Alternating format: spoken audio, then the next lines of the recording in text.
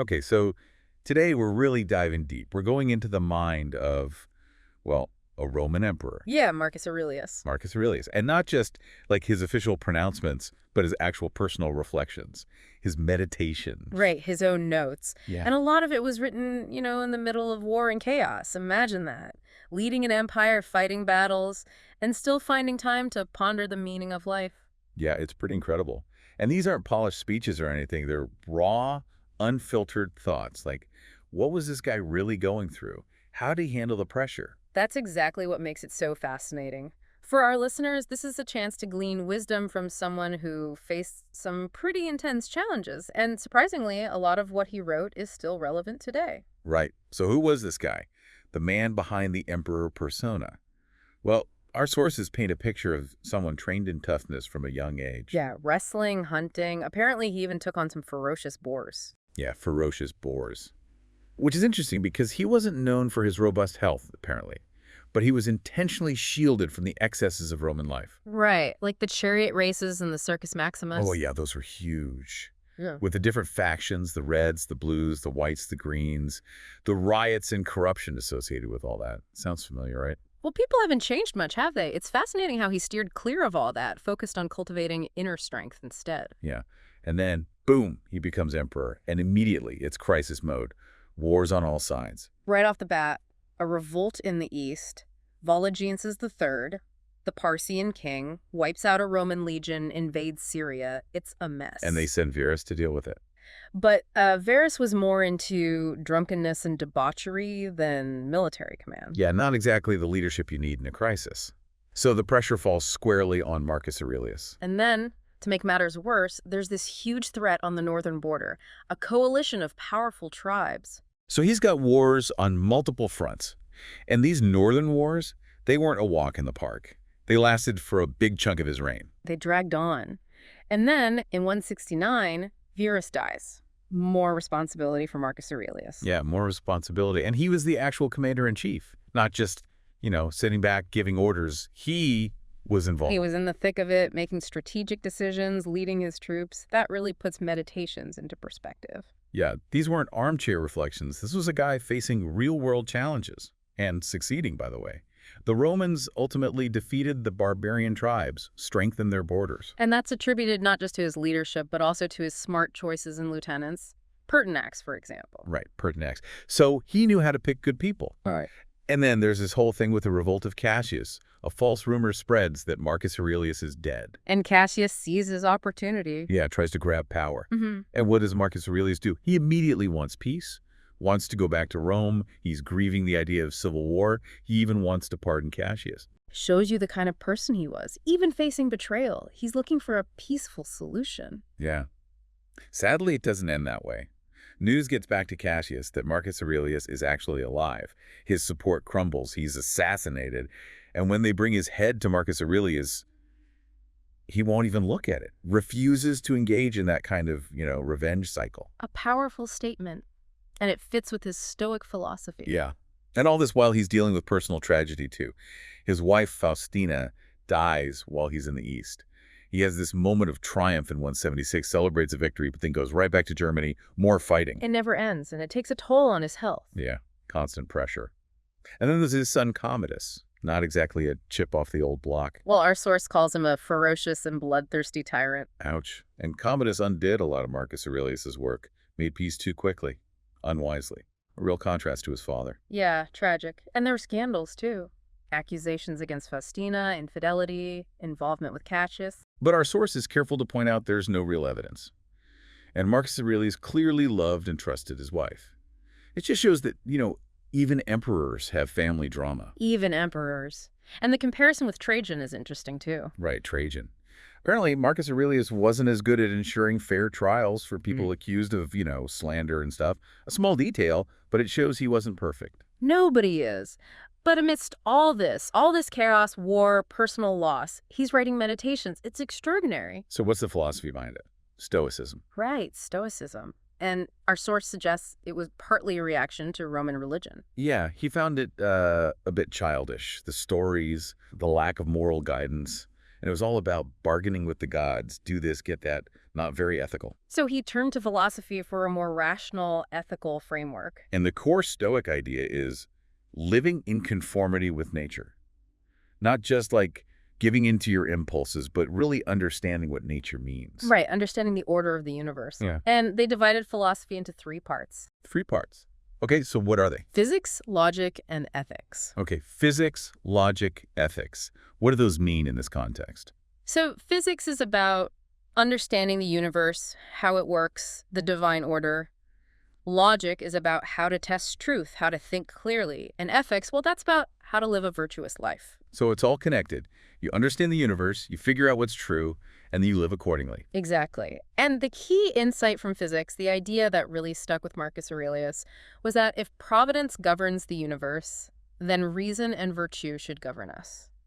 So aligning ourselves with that cosmic order, that makes sense. Right. It's not just about personal whim. It's about finding your place in a bigger picture. Okay, and logic. That seems a bit more complicated. Well, they had this idea that the soul is like a blank sheet of paper. A blank sheet of paper, okay. And our senses, they write impressions on that paper. Through experiences, we form concepts, ideas. Okay, so it's based on experience, but how do you know what's actually true?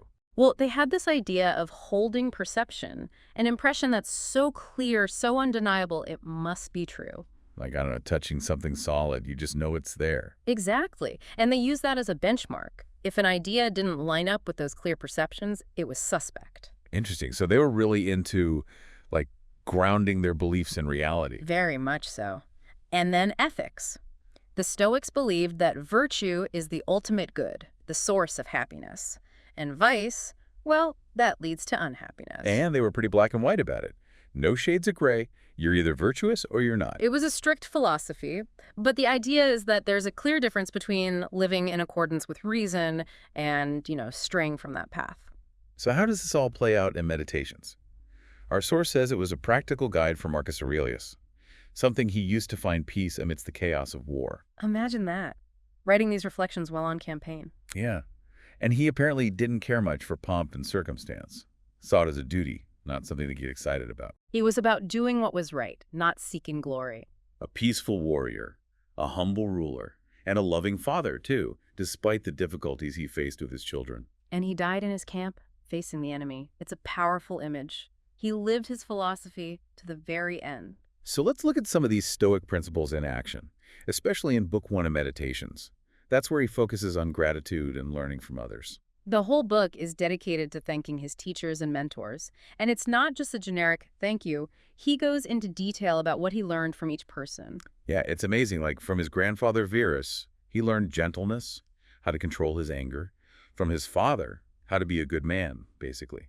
From his mother, generosity, focus. He was paying attention, absorbing these qualities. And then there's Rusticus, his teacher, who showed him the importance of personal growth, avoiding intellectual tricks, embracing a simple life. And Diognetus, who taught him to avoid wasting time on trivial things, to be skeptical, to value freedom of speech. It goes on and on.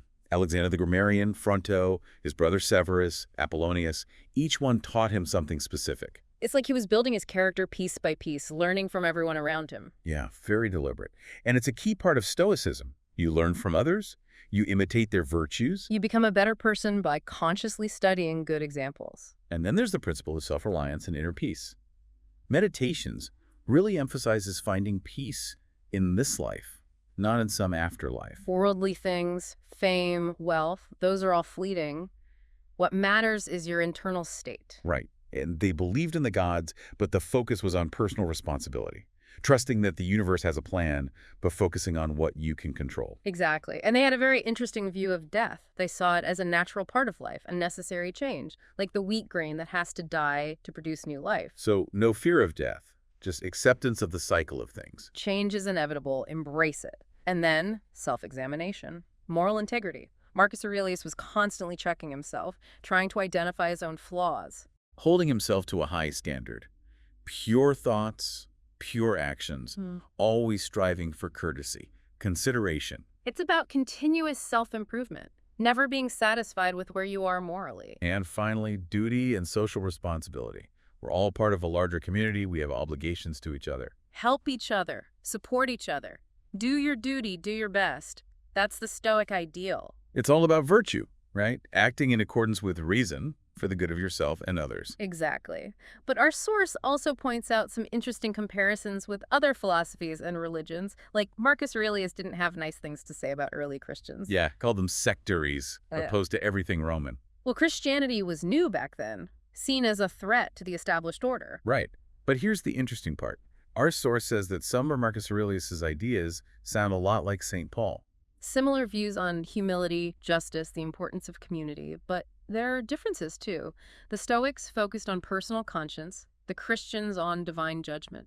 And the Christians emphasized empathy and suffering, which isn't really a big theme in Meditations. So different paths, but some shared insights. So what can we take away from all this, from this deep dive into Marcus Aurelius? Well, first, his struggles are still relevant today. The pressure of leadership, the pain of loss, the search for inner peace. These are human experiences that transcend time. And the power of self-reflection, learning from others, like he did so meticulously. We can all benefit from examining our own lives, learning from both good and bad examples. And finding inner peace amidst chaos. If he could do it while leading an empire at war, we can probably manage too. Right. Focus on what you can control, your own thoughts and actions, and accept the things you can't change. That's a key Stoic lesson. And the importance of virtue, duty, social responsibility, these things still matter. They're essential for a good life, for a good society. And finally, remember that everything is temporary. Don't get too attached to things, to status, to worldly possessions. Focus on living a good life right now, in this moment. That's what truly matters. So, that's Marcus Aurelius, a philosopher king, a man of action and reflection. His Meditations offer a timeless guide to navigating life's challenges. A reminder that even in the midst of difficulty, we can find strength and wisdom within ourselves. And on that note, here's a final thought for our listeners. Think about one small habit, one external influence in your life, and ask yourself, would Marcus Aurelius approve? Is this something that brings you peace, or is it just a distraction? What vain thing can you let go of to make space for what's truly important? It's a question worth pondering. It is. Thanks for joining us on this deep dive. It's been a pleasure.